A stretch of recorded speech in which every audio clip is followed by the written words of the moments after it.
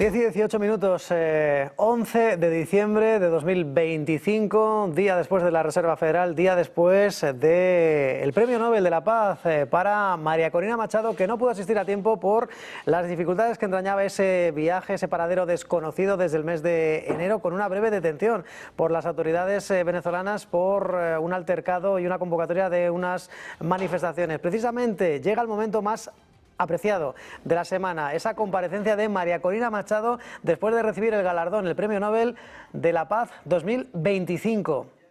To see you safe and sound at last. We waited for you, and I told you today that that Nobel ceremony was not without you. You had a tremendous presence in that hall, not only the picture, but also the voice of your daughter with reading your message.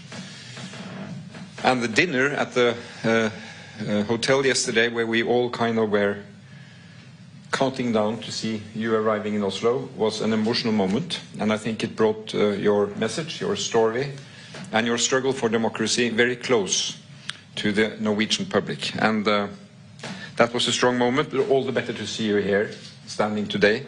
You are heartily welcome. The Nobel Committee makes its choice on every year's prize, based on interpreting the will of Alfred Nobel.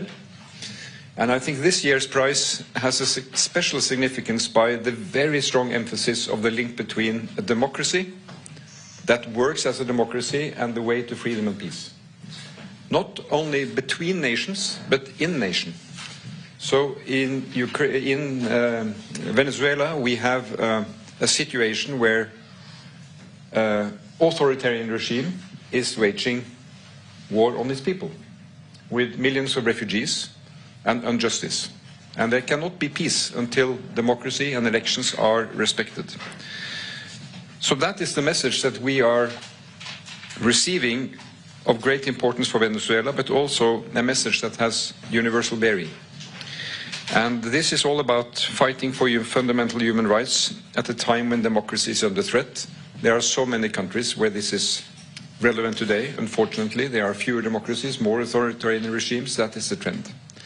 So I would like simply to salute you, Madam Laureate, for your struggle. It has cost you a lot. It costs you and your family and your people a lot. And I think what we heard from your daughter yesterday and from your family and the people who came here, thinking about those who are today in jail, those who suffered, those who have aspirations for democracy, that is a strong message of these Nobel laureate days in Oslo. But Maria, please, you have the floor. Thank you very much, Prime Minister, and thank you all. And I want to speak to the Norwegian people, to European people, to the Venezuelan people. I would say to all citizens of the world in this hour, and assure you that I am very hopeful Venezuela will be free, and we will turn a country into a beacon of hope, an opportunity of democracy, and we will welcome not only the Venezuelans that have been forced to flee, but citizens from all over the world that will find a refuge, as Venezuela used to be decades ago. And as I mentioned, well, María Corina read yesterday, I believe that our experience in Venezuela conveys to the world a testimony that certainly in order to have peace, you require democracy. Democracy is the system that enables peace in a society. But you cannot have democracy without freedom. And freedom is an individual decision, a rational decision. And it's the sum of these individual conscious decisions that bring that collective ethos that creates the force, the strength, and the courage to fight for freedom, to defend it when you got it. And that courage comes from the things that truly matter in your life, the things that you love. And when you feel that those things are most in danger, then the courage increases. That's why I am convinced that peace ultimately is an act of love. And that's what brought me here. The love of millions of Venezuelans for our country, for freedom, and for our children.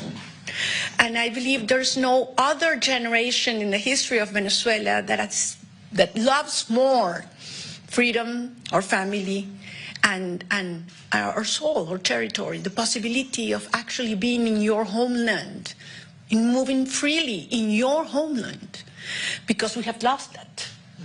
And as I mentioned to you, the force that brought this country, our nation together, was this longing that we want our children back home. And we will not stop until they do that. And we give them a country in which they can live with dignity, with justice, and the responsibility that comes with freedom. So we have great admiration for Norway's institutions and democracy. We shared benefits that nature has given us, and we admire the way this society has used them on behalf of your people. Quite the contrary of what has happened in Venezuela. So we have to learn, and we have used Norway as an example several times during these decades. And believe me, we will turn Venezuela into that energy, technological, and democracy hub of the Americas. And we count on you. And I long for that day, and we will host all of you in a bright, democratic, and free country. And it's going to be soon. So thank you very much, and very honored and grateful to the Nobel Committee for this recognition to the Venezuelan people, to a great movement. I'm just one of that millions of people that form it. And I do believe it is a recognition to democracy as well. So thank you very much. Thank you. So then we open up for questions, and the first question comes from the Norwegian broadcaster TV2. So, Fairuz Shamdid from TV2 Norway. I have a question for you, María Corina Machado. You arrived just a few hours ago, and you got to reunite with your family in a very long time. How was that first meeting, and how has your first hours in Oslo been? Thank you. I couldn't sleep last night, going over and over again that first instant when I saw my children. And for many weeks, I had been thinking of that possibility, and which one of them I would hug first. And to tell you something, I hugged them, the three at the same time, and it's been one of the most extraordinary spiritual moments of my life. And that happened in Oslo, so I'm very grateful to this city, something I will never forget, because at the end, I'm just one of millions of Venezuelan mothers that are longing to embrace their children and are not able to do that. That brings us together. And I made a promise to them. I would come here on their behalf to receive the prize, and I will take that prize back to them, because we will make it what I experienced hours ago. We will make it a reality for every one of them, those that have their children in jail, persecuted, in exile. We will make that happen. The next question comes from the Swedish broadcaster, Sveriges Radio. Hello, David Rasmus on Swedish Radio. Yesterday, the US seized a ship outside the coast of Venezuela. Would you welcome a US military intervention in Venezuela? Look, some people talk about invasion in Venezuela, the threat of an invasion in Venezuela, and I answered, Venezuela has been already invaded. We have the Russian agents, we have the Iranian agents, we have terrorist groups such as Hezbollah, Hamas, operating freely in accordance with the regime. We have the Colombian guerrilla, the drug cartels that have taken over 60% of our populations, and not only involved in drug trafficking, but in human trafficking, in networks of prostitution. So this has turned Venezuela into the criminal hub of the Americas. And what sustained the regime is a very powerful and funded, strongly funded repression system. Where does that funds come from? Well, from drug trafficking, from the black market of oil, from arms trafficking, for human trafficking. We need to cut those flows. And once it happens and repression is weakened, it's over, because that's the only thing the regime has left, violence and terror. So we ask the international community to cut those sources, because the other regimes that support Maduro and the criminal structure are very active and had turned Venezuela into the safe haven for their operations into the rest of Latin America. Thank you. The next question comes from the Norwegian broadcaster NRK. From Norwegian Broadcasting. You have had meetings with politicians at the Norwegian Parliament and Prime Minister Støre this morning. Have you asked for any kind of support from the Norwegian government for your fight for democracy in Venezuela? We had a great conversation this morning, and I am very excited also with what I experienced at the Parliament. I am a former member of the Parliament, and to see an actual Parliament working, with representatives of parties in all the spectrum, passionately and respectfully defending their views is something I miss so much. And yes, the answer is yes. Not only right now, we need to speak out, to tell the truth, so that people understand what our country is suffering, what our political prisoners are going through.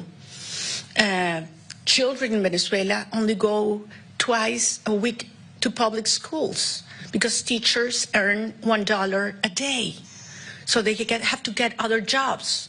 So we have our children in the streets, and you know what it means in terms of the future and the risks they run. So yes, we need to speak out. We need to cut these resources that support repression now, but also we will need a lot of ideas and advice regarding, building up institutions, such as the energy agency that we want to build in Venezuela for the new hydrocarbon sector that will, arise in our country. Can I just follow up to say that the laureate does not have to ask for that support, because we respect the will of the Venezuelan people, and that is clear. They expressed under very difficult circumstances their views in an election, which gave, according to all sources, international and domestic, overwhelming response. They want another course. They want a democratic regime. And for Norway, respecting the rule of law and the main principles of the UN Charter is key. So we want to see that change happen. I think what we learned from these days, talking to not only Venezuelan guests but also representatives of Latin America, is that you need a combination of what comes from inside and what comes from outside. And we are from outside, and we are of course ready to support Venezuela, democratic Venezuela, in building new and sound institutions. They can count on that. And the last question today comes from CNN. Hi, María Corina. I'm Pau Mosquera with CNN. So now you've been in hiding for many, many months. Do you think that the government may have known where were you during this time? I don't think they have known where I have been, and certainly they would have done everything to stop me from coming here. And actually, I want to take advantage of your question to thank all those men and women that risked their lives so that I could be here today. One day I will be able to tell you, because certainly I don't want to put them in risk right now. It was quite an experience, but I think it's worthwhile being here with you, telling the world what's happening in Venezuela, what it means to you as Norwegians and as Europeans, or from all the places where you come from, why Venezuela matters for the world. I mean, when you fight for freedom, you're fighting for humanity. And when we win, because we will, this will be an extraordinary example for those countries that today do not have freedom and that people are telling them what we used to hear, that it was impossible to achieve it. And we decided to fight until the end, and Venezuela will be free. And of course, it's worthwhile. And when I go back, the regime will, well, there are two possibilities, certainly where the regime will be, but if it's still in power, certainly I will be with my people and they will not know where I am. We have ways to do that and take care of us. Sorry. Well, so this is the end of this press conference. So I think we're going to have another conference right now, and I'm going to speak in Spanish if I want to respect the decisions of the Prime Minister. Great, thank you so much for coming. Thank you very much.